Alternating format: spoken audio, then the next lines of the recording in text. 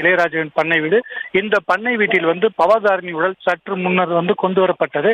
அதாவது இந்த பண்ணை வீட்டில் அவ்வப்போது இளையராஜா தங்கி ஓய்வு எடுப்பது வழக்கம். இந்த பண்ணை வீட்டில் தான் இளையராஜாவினுடைய அம்மாவின் உடல் அடக்கம் செய்யப்பட்டது. அதே போல உயிரிழந்த இளையராஜாவின் மனைவி ஜீவாவின் உடலும் இந்த இடத்துல தான் அடக்கம் செய்யப்பட்டது.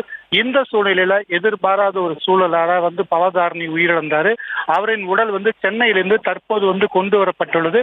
கொண்டு வரப்பட்டு அவரின் பண்ணை வீட்டில் தற்போது வைக்கப்பட்டுள்ளது. அவரின் உடலுக்கு பார்த்தோன்னா அவரின் உறவினர்கள் ஏராளமோர், அதாவது பண்ணைப்புறத்தைச் சேர்ந்த அவரின் உறவினர்களும் ஆரம்ப காலகட்டங்களில் இளையராஜாவோட பயணித்தவர்களும் அனைவருமே தற்போது அந்த பண்ணை வீட்டில் குவிந்திருக்காங்க. இந்த இவர்களின் அஞ்சலி செலுத்துவதற்காக உடல் வைக்கப்பட்டிருக்கு. மேலும் பார்த்தோன்னா இன்னும் சில மணி நேரங்களில் பார்த்தோன்னா இளையராஜா வர உள்ளதாகவும் தகவல் வெளியாகிருக்கு. அதே போல பார்த்தோன்னா பல்வேறு நடிகர்களும் இந்த பவதாரின் உடலுக்கு அஞ்சலி செலுத்த வருவதற்காக ஏற்பாடுகள் செய்யப்பட்டு இருக்கு. தற்போது பார்த்தோன்னா அந்த உடல் வைக்கப்பட்டு பொதுமக்களின் அஞ்சலிக்காக வைக்கப்பட்டுள்ளது. ஆஷினி.